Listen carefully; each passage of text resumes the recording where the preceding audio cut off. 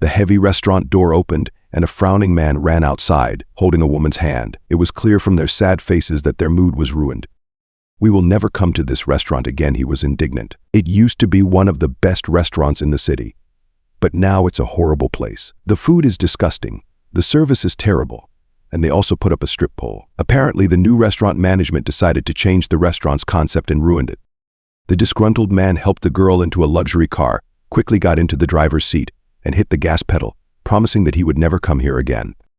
The restaurant manager, Frank, a tall guy about 25 years old, looked puzzled as the couple drove away. The restaurant had lost almost all of its regular customers in the last 2 months. The restaurant had been in trouble ever since the new owner started running it.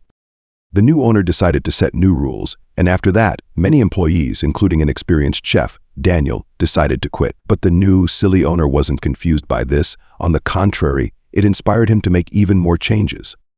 A potty lover decided to turn a well-known high-end restaurant into a nightclub. After that, the restaurant began to lose profits, resulting in reduced salaries for employees, and everyone began to quit. The employees who worked with the previous owner quit and were hired in other restaurants. They were replaced by people of dubious appearance and reputation. Only Frank and the cook, Lionel, who was now in charge of the entire kitchen, remained from the former team. The manager turned around and, with a heavy sigh, headed for the owner's office. Frank realized that they needed to do something immediately, otherwise the restaurant would go bankrupt. The new owner was Paul, a handsome guy almost the same age as the manager. He was sitting in a leather armchair with his feet up on a desk full of papers. He had been trying to understand them for weeks, but in reality he was just throwing paper balls into the wastebasket. He wasn't interested in all that paperwork with numbers, tables, and scientific terms. A few months ago, he had suddenly become a widower. Paul had hoped his late wife's restaurant would help him improve his financial situation, but it had only added more problems and headaches. How did Kathleen deal with such complex business, he wondered. Paul used to think that the owner's job was to come to the office once in a while, remind employees who is the boss, and collect the proceeds. But it turned out to be not so simple. The restaurant business has its peculiarities and difficulties. It is important to understand all aspects of it, to keep your team disciplined, to control your suppliers, and to keep up to date with the latest developments in the business. A good restaurant must always develop. It must update the menu, dishes, interior, and entertainment program for guests, or it will cease to exist. But it all seemed boring to the young widower. It was only now that he realized what a tremendous job his wife was doing. Paul frowned and looked up at the ceiling, thinking back to the day Kathleen had died in a car accident. Her car had fallen off a bridge, her body was never found. But there was a very fast river current, and the investigator didn't even doubt the girl's death. His wife had no relatives left. Her father died before their marriage, having had time only to bless the couple. They had only been married for about 1.5 years. Most of their married life, they only quarreled, and before the girl's death, their relationship had completely ruined. His wife was constantly busy at work and was unwilling to participate in the carefree life of her chosen one. He hoped that she would support his desire to have fun and enjoy life as much as possible. Paul often persuaded her to leave everything and move abroad to the coast, where they could spend the whole day sitting with a cocktail in a lunch chair under a palm tree. But Kathleen said that she intended to develop her father's business and that the money inherited from him should be invested in her business, not wasted on a carefree life. At first, he restrained his desires so that his future wife's dad would like him. Then, so as not to mess up his relationship with his conservative wife, but he no longer wanted to live the way a hardworking family lived. Paul didn't understand why they had to work hard when they had money and a business that generated a good income. However, soon his wife began to tell him that he also had to work. The guy didn't like this situation, and he just started going to clubs and parties to spend less time at home. Soon, he started to spend time with girls with dubious reputations. He had fun to the fullest, but one day Kathleen came to the nightclub and found him literally in the arms of a half-naked girl. She put him in her car and said angrily, "I'm not going to tolerate this any longer. I'm filing for divorce tomorrow," but Paul only cheekily asked with a smile, "Okay, let's get a divorce." "How will we divide your daddy's inheritance?" The girl looked at him and said in a calm tone, "No, Paul. After the divorce, you will be left with nothing, just as you were before we got married. You have earned nothing. If you like living like that, go ahead, but not at my expense." At that moment, Paul realized that she was right. Without her, he would have no money at all. This idea helped the guy sober up instantly, and he immediately started begging for his wife's forgiveness. After that, the man calmed down for a while, pretending to come to his senses and even pretending to look for a job. Kathleen looked at her husband incredulously but didn't talk about divorce anymore. She even decided to help him get a job, and then that accident happened. At the moment when the police officers called Paul and told him the terrible news of his wife's death, he had contradictory feelings. At first he felt a sense of relief because now no one would tell him what to do. Now he was an independent man, a rich and happy widower. But the death of his wife also upset him. Justifying his behavior by the death of his wife, he started drinking alcohol again and returned to his former carefree life. In the nightclub, Paul met a pretty girl, Lauren. He had already tried to flirt with her before, but his wife prevented him from doing so. Besides, Lauren didn't want to date a married man. The guy felt that she was not an ordinary girl. He found out that she was the daughter of a local high-ranking official, and then Paul decided to marry her to get even more benefits than from his previous marriage. He tried very hard to charm this special girl and make a positive impression on her father, who had a lot of powerful connections with boundless opportunities. Now the guy realized that he could not make any mistakes. Paul pretended to be a successful businessman, a grieving widower in need of warm family relations. Lauren gladly took on the role of savior of the poor guy and soon agreed to marry him. But at that time, problems began to arise in the restaurant. The brilliant idea of turning the restaurant into a club did not have the expected effect. Everything turned out the other way around, but Paul needed the money now. The wedding was a month and a half away. He couldn't let Lauren's father suspect anything. It was important to maintain the image of a serious, successful businessman. Frank knocked timidly on the door and walked in. He looked frustrated. "Paul, I can't take this anymore. I'm quitting," he announced in a disappointed voice. Paul took his feet off the desk and looked at Frank intently. He couldn't lose an employee who knew how to run a restaurant and was willing to work for a meager salary. Paul realized that he certainly couldn't handle the business alone and was unlikely to find another employee. "Frank, what's wrong?" Paul asked, pretending to be worried. "Customers are constantly leaving the restaurant," the manager complained. "They don't like the new concept of the restaurant. They say that the food in our restaurant is not as good as before and the service is terrible. But the problem is that almost all the kitchen staff quit. Now only Lionel is working in the kitchen. But he can't cope with everything." Paul was preparing for a wedding and didn't want to deal with these problems. But since he was the owner, he was obliged to do something to prevent bankruptcy. "What should I do?"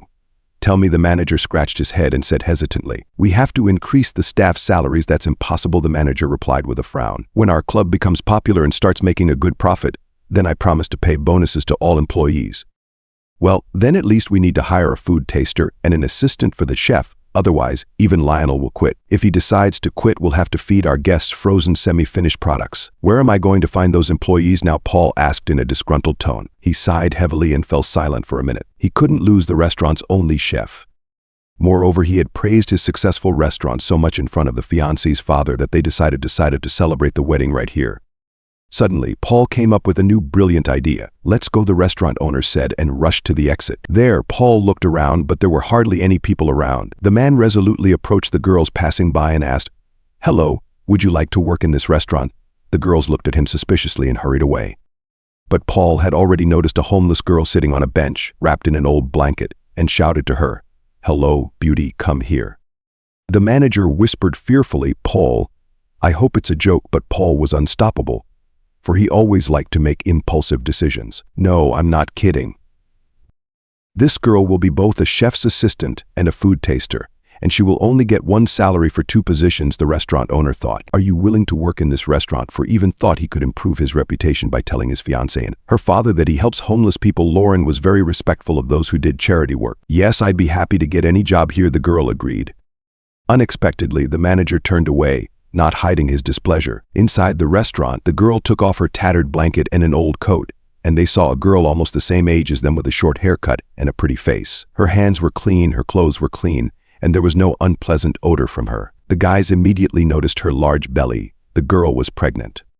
Paul immediately burst out laughing and said, "Well, I wanted to hire 1 employee, but I got 2. I'm so lucky." The girl didn't say anything but looked at her new boss calmly. Lionel, a big, tall guy wearing eyeglasses, looked at his new subordinate with a heavy sigh. But there was no choice. He had to get to work. "Maybe this homeless girl can at least chop vegetables." "Good afternoon, my name is Lionel. I'm the chef of this restaurant," he introduced himself kindly. "And my name is Alice," the girl replied quietly, looking at the tall guy in the chef's uniform. But they didn't get a chance to talk. Their conversation was interrupted by the waiter who voiced the order of the customers. 2 schnitzels and 2 salads. Lionel got nervous and started pulling ingredients out of the refrigerator. He was scaring both himself and Alice with his chaotic, awkward movements. He tried to do several things at once, but it caused him to drop the food on the floor, then pull new ingredients out of the refrigerator, and eventually forget what he had done before. Alice watched him silently at first, and then she carefully made a ponytail, washed her hands, and began to quickly chop the ingredients. The chef was about to scold her for interfering in the cooking process, but suddenly realized that she was doing everything right, and it would really speed things up. "Thank you," he muttered, roasting meat in a pan. At that moment, a waitress and a bartender entered the kitchen. They were laughing loudly at some joke, not caring that the customers could hear them. The restaurant staff didn't care about the reputation of the restaurant. When they saw the new employee, they looked at each other and laughed even louder.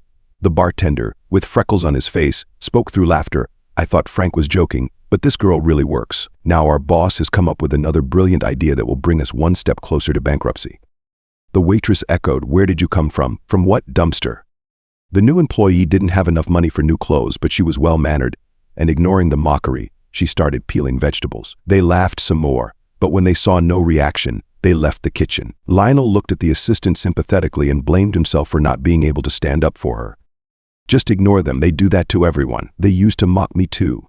Sometimes they still mess with me." "I don't really care," she replied calmly. "But why do you let them treat you like that? You're a chef." "Am I a chef?"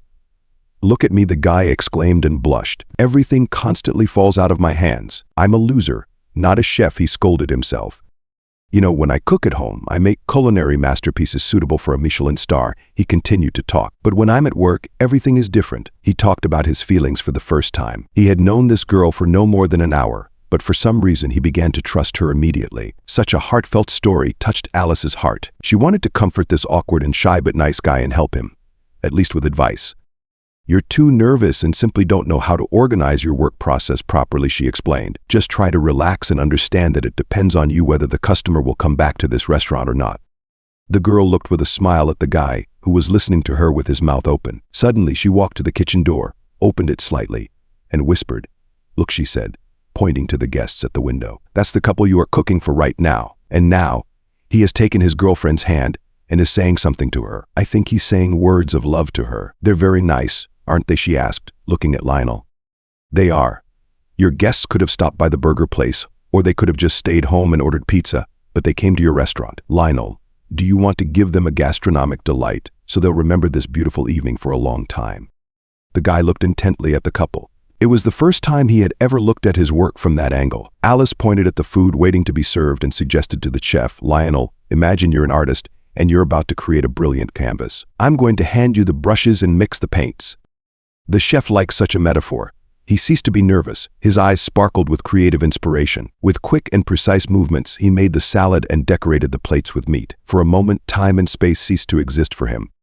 Alice admired the enthusiastic expression on his face. After the waiter had carefully delivered the culinary masterpieces to the customers, Lionel approached the door 2 more times to watch his guests' reactions to the meals he had worked so hard to cook.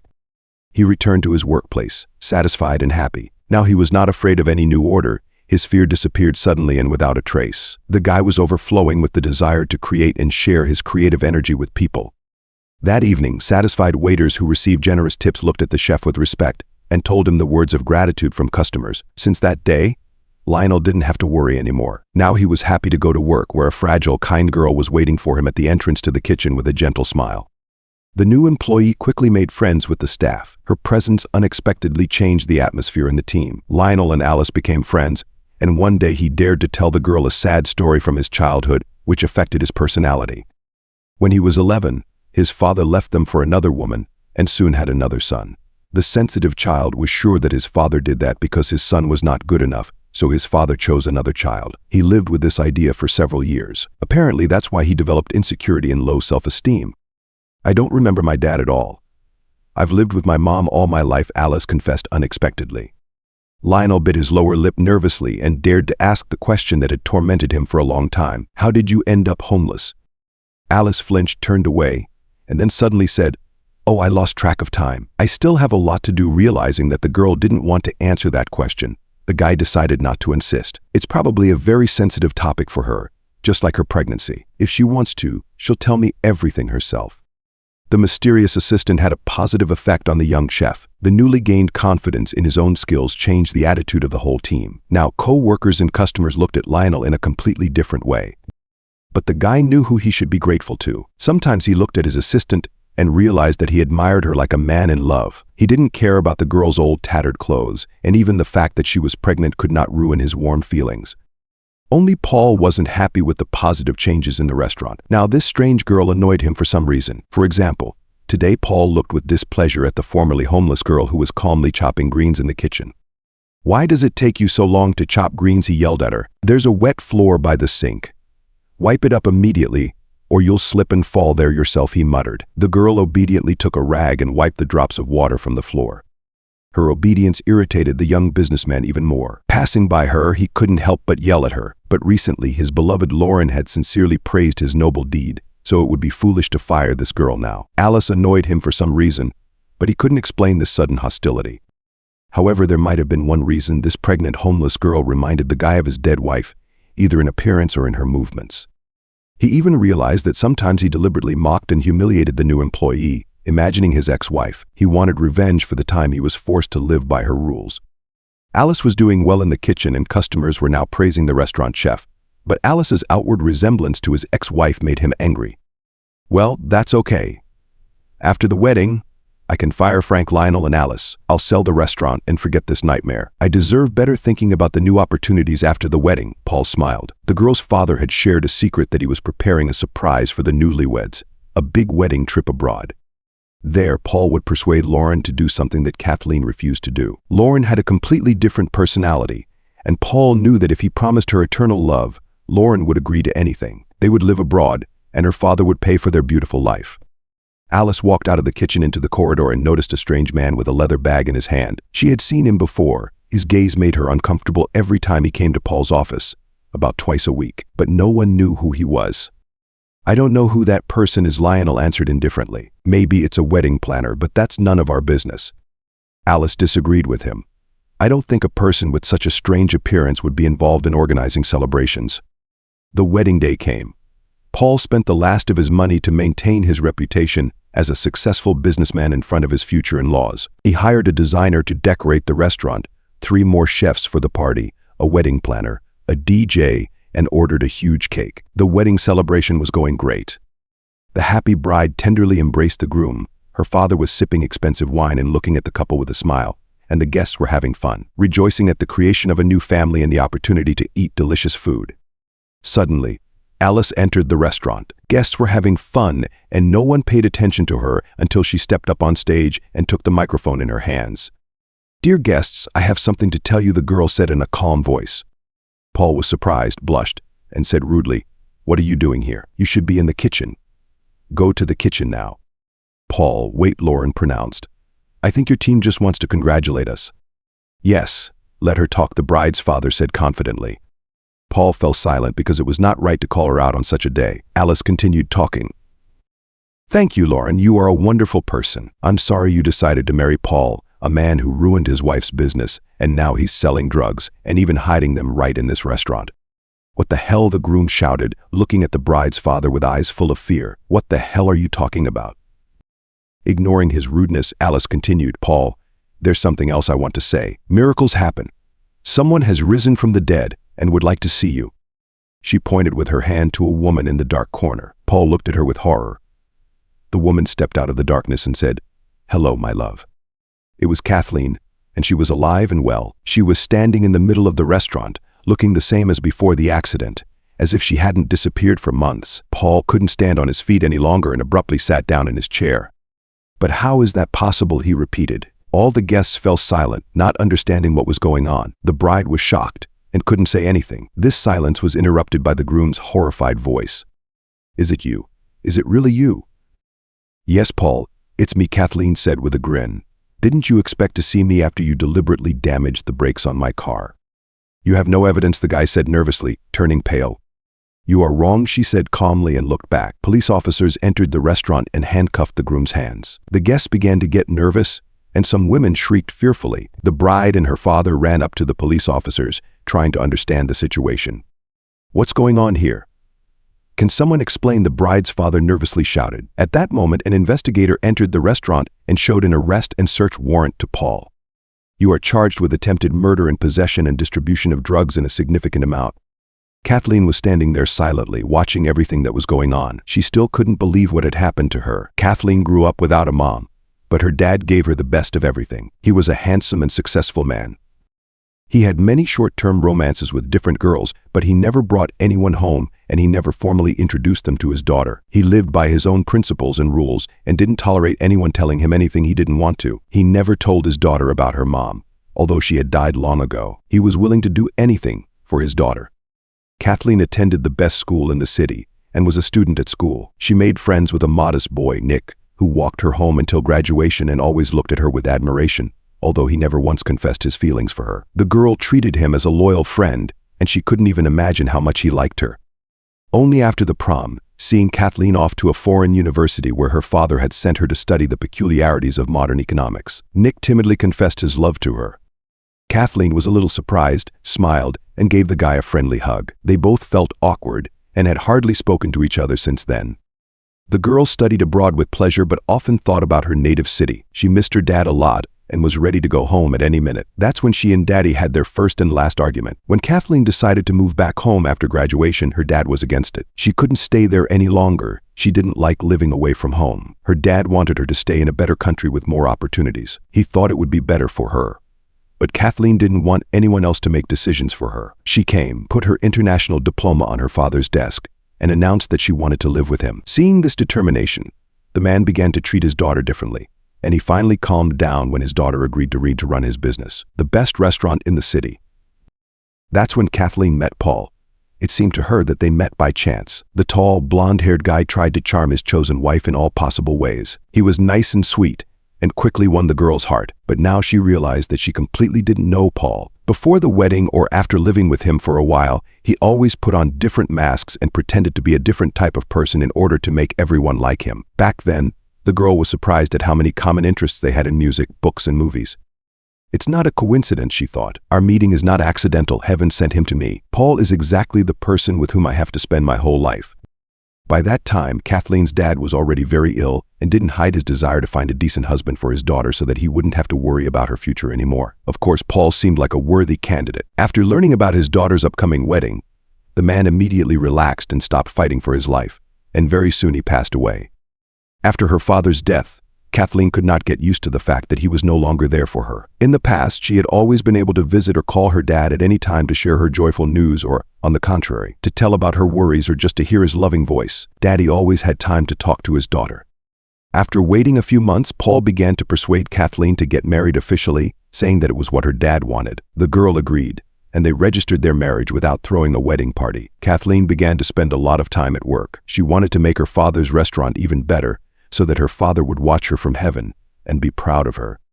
The girl also planned to open 2 more restaurants. She always hoped for her husband's support in developing the business and asked him several times to join the family business as well. But after the wedding, Paul had changed a lot and began to waste his wife's money. Her friends constantly told her that her husband was having fun with other girls. At first, Kathleen was very upset, but then she became mad at herself for making the wrong choice. When the girl finally saw her husband drunk and having fun with some girls, she decided to divorce him and immediately told him about it. Everything changed the day Kathleen drove to a new vendor out of the city. The memory of that terrible accident made her shudder. All she could remember was hitting the brake pedal as she turned onto the bridge and realizing that the braking system had failed. She pressed the brake with all her might, but in vain. Kathleen was unable to control the car, and it began to drift down the sharp slope towards the river. The girl looked with horror at the irreversibly approaching edge of the cliff. Her whole body stiffened with fear, and she couldn't move. Well, this is it, she thought. The girl hit her head on the steering wheel and lost consciousness. For a moment, she woke up from intense pain when she was already in the river. The car was quickly filling with water, and Kathleen, not realizing her own actions, pulled the car door and it opened.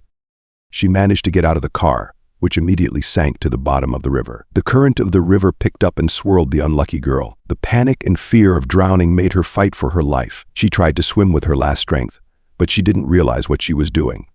She didn't remember how long she had been floating down the river, but she only came to her senses when someone shook her by the shoulder, trying to talk to her. She felt intense pain all over her body. Kathleen was wet and cold.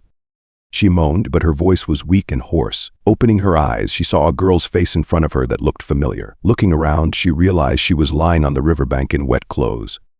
"Are you all right?" the strange girl asked, leaning over her and peering into her eyes. Everything really hurts, Kathleen whispered with shaky lips. She had a severe headache and felt like everything in her chest was fractured. She was also shaking, for it was getting unbearably cold outside. My name is Alice, and yours, the girl introduced herself. Kathleen, she replied quietly and suddenly asked, your face looks familiar. Do we know each other? Alice shrugged uncertainly and asked, what happened to you? And you walked, but noticing that the rescued girl was shaking, she hurried to get help. In a couple of minutes, she brought a neighbor, a big man with stubble on his broad face, who easily picked Kathleen up in his arms and carried her to a small house. Alice took off Kathleen's wet clothes and put her on a wooden bed with a soft mattress and blanket. Kathleen watched her savior through half-open eyelids and couldn't remember where she had seen her before. It was strange, but Alice was thinking the same thing. It seemed to Alice that she and Kathleen knew each other. Passing by a large mirror on the wall, she suddenly stopped and looked at her reflection. Suddenly, she realized where this incomprehensible feeling came from. It was just that Kathleen looked a lot like Alice. Once in the soft bed, the rescued girl felt warm and cozy. Her pain subsided, and she fell asleep. But as soon as she fell asleep, she had a nightmare of falling endlessly into the river, drowning and trying to swim to shore. Through the dream, she heard a quiet conversation. Mrs. Parker, will she survive? Maybe we should call a doctor, a familiar voice asked worriedly. If you want to call a doctor, the second person replied grudgingly, then why did you call me? I'm sorry, I didn't mean to offend you. I'm very worried about her. She is very pale and has been feverish for hours. Kathleen opened her eyes uneasily and saw that it was already dark outside the window. Mrs. Parker turned out to be a skinny old granny wearing a clean and neat white shawl on her head, looking like she had just come back from church. Apparently, she was the local witch doctor. Kathleen didn't trust alternative medicine, but she liked this nice granny. She smelled like lavender and a bouquet of wildflowers. Mrs. Parker moved her wrinkled, narrow palms over Kathleen's body and then examined her chest and head, and the girl felt severe pain. Everything is clear to me. The girl's chest and head are badly bruised, but there is no fracture. In the evening, I will bring you some herbs, she said to Alice. Brew them for her and apply this herbal ointment to the bruises. Don't worry, she will recover quickly. Mrs. Parker was silent for a moment, then frowned and said in a puzzled tone, I actually feel something else. She looked at Alice and commanded her firmly, give me your hand. Alice. The girl held out her hand in surprise. Granny took Alice's hand and Kathleen's hand and suddenly fell silent. Then she began to stare intently in front of her, murmuring something quietly. After sitting like that for about a minute, Kathleen wanted to say something, thinking that Granny had fallen asleep, but Alice looked at her and put her finger to her mouth, showing her to be quiet and not to disturb Mrs. Parker. Finally, the witch doctor came out of her trance and put the girls' palms together. Do you know you are sisters? She asked suddenly. The girls looked astounded at Mrs. Parker and then at each other. What did you say? How is that possible? Kathleen inquired, nodding. Grandma shrugged her shoulders and said, I see that you are siblings, twins. You must have been separated when you were babies. I'm never wrong about that. I saw it. They showed me the truth. Excuse me, who showed you the truth? Kathleen asked in confusion. It was shown to me by those above us, Grandma repeated cautiously and pointed her thin finger upward. Everyone fell silent, trying to process the information they had just received. Then Kathleen shook her head confidently and said, No, you just saw that she and I look alike in some way. Daddy would have told me about it for sure. It's just impossible. It's possible, Alice suddenly said, looking intently at the rescued girl. Everyone looked at her in surprise, waiting for an explanation. The girl got nervous but still decided to tell everything she knew. Alice and her mother had lived in this small house all their lives. Growing up, the girl began to ask questions about her daddy, but her mom got upset by such questions and only said that her daddy just left them and went away. Her mom worked as a school teacher, and all the children hated her. The woman treated her students and her daughter Alice harshly. The students didn't even hide their hostility toward the gloomy teacher. It hurt the girl to hear all the terrible words that everyone said about her mom at school. But the girl still loved her mother and knew for sure that her mom loved her too.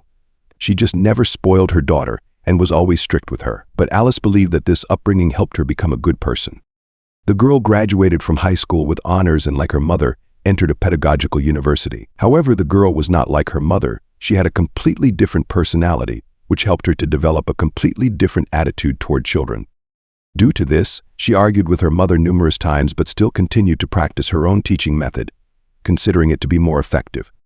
Unfortunately, her mom's excessive frankness was sometimes inappropriate. Once she went to the city and missed the train, so she had to wait for the last train, which was departing from the station almost at night. Witnesses said that the woman started scolding a drunk group of guys at the train station, so they beat her up and ran away.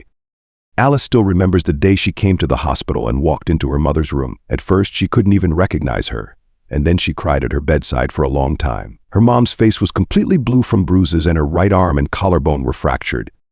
But the worst part was that those bastards had succeeded in taking away her faith in truth and kindness. The woman just didn't want to live in this world anymore and felt that she would die soon.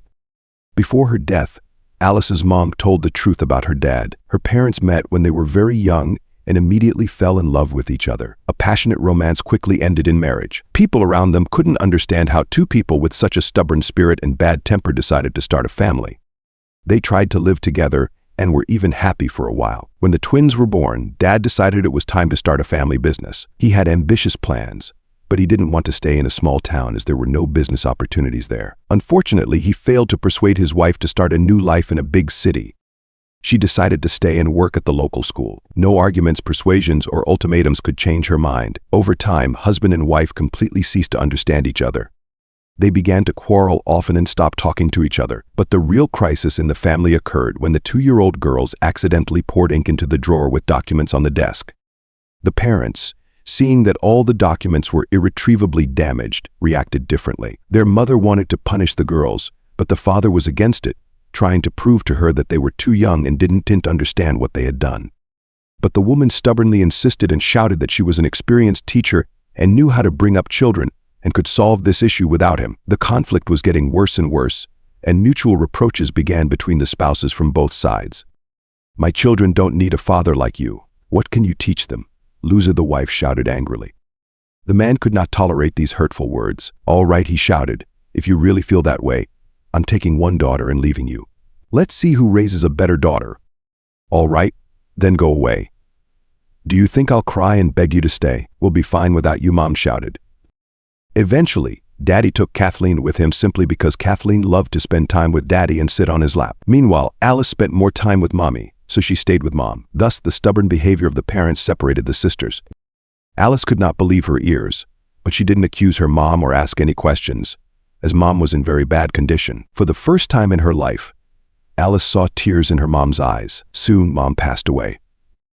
It was very hard for the girl to survive the loss of a loved one, but now she thought about her dad and sister all the time. Alice had even tried to find them, but after the divorce, her mother had changed her and her daughter's last name, and she never had time to give any information about her father.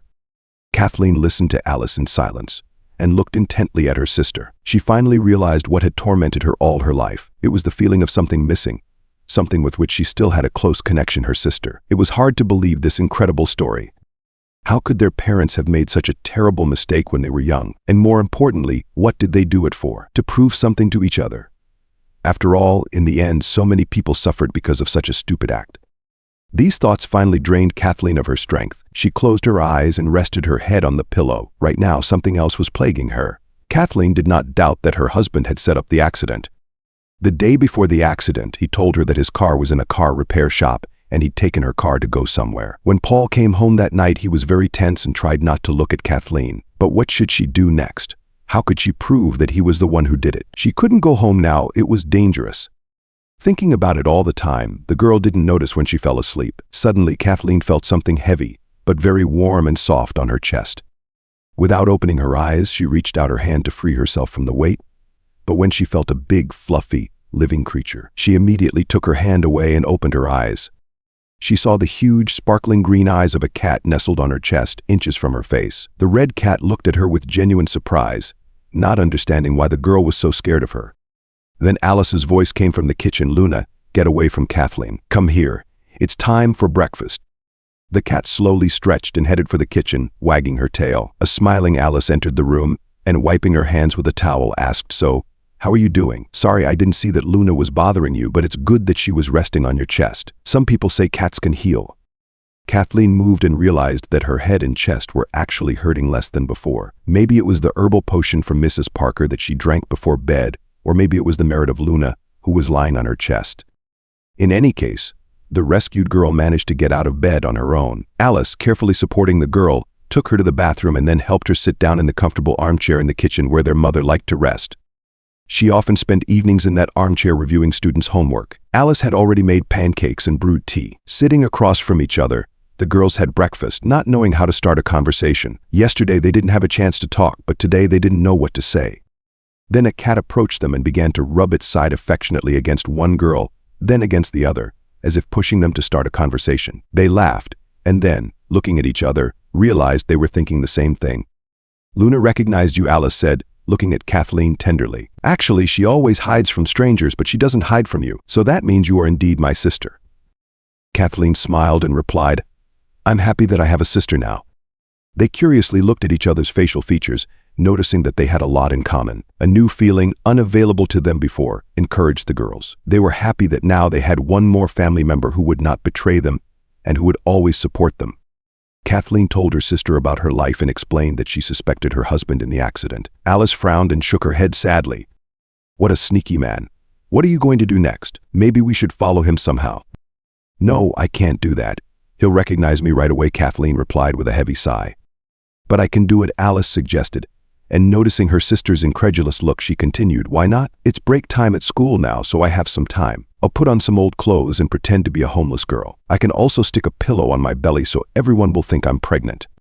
Kathleen didn't want to agree to such an idea. She was afraid her sister would be in danger, but there was no other plan. 3 weeks later, Alice finally managed to talk her into it. After that, they developed a plan.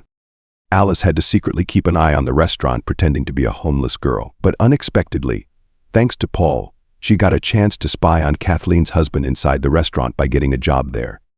When Alice returned home from her new job, she happily shared all the details of her day.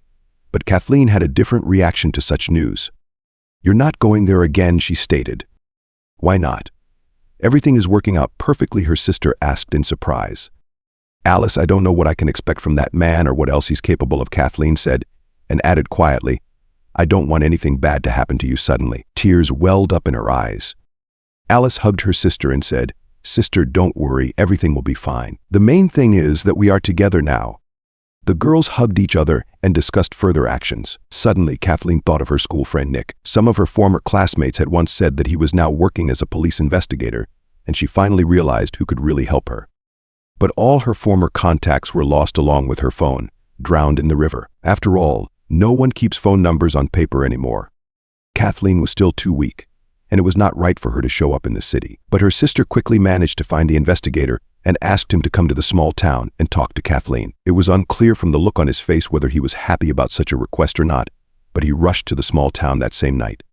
"Nick, is that you?" Kathleen exclaimed. She couldn't believe that the handsome, broad-shouldered man was the same shy, skinny boy who had walked her home from school years ago.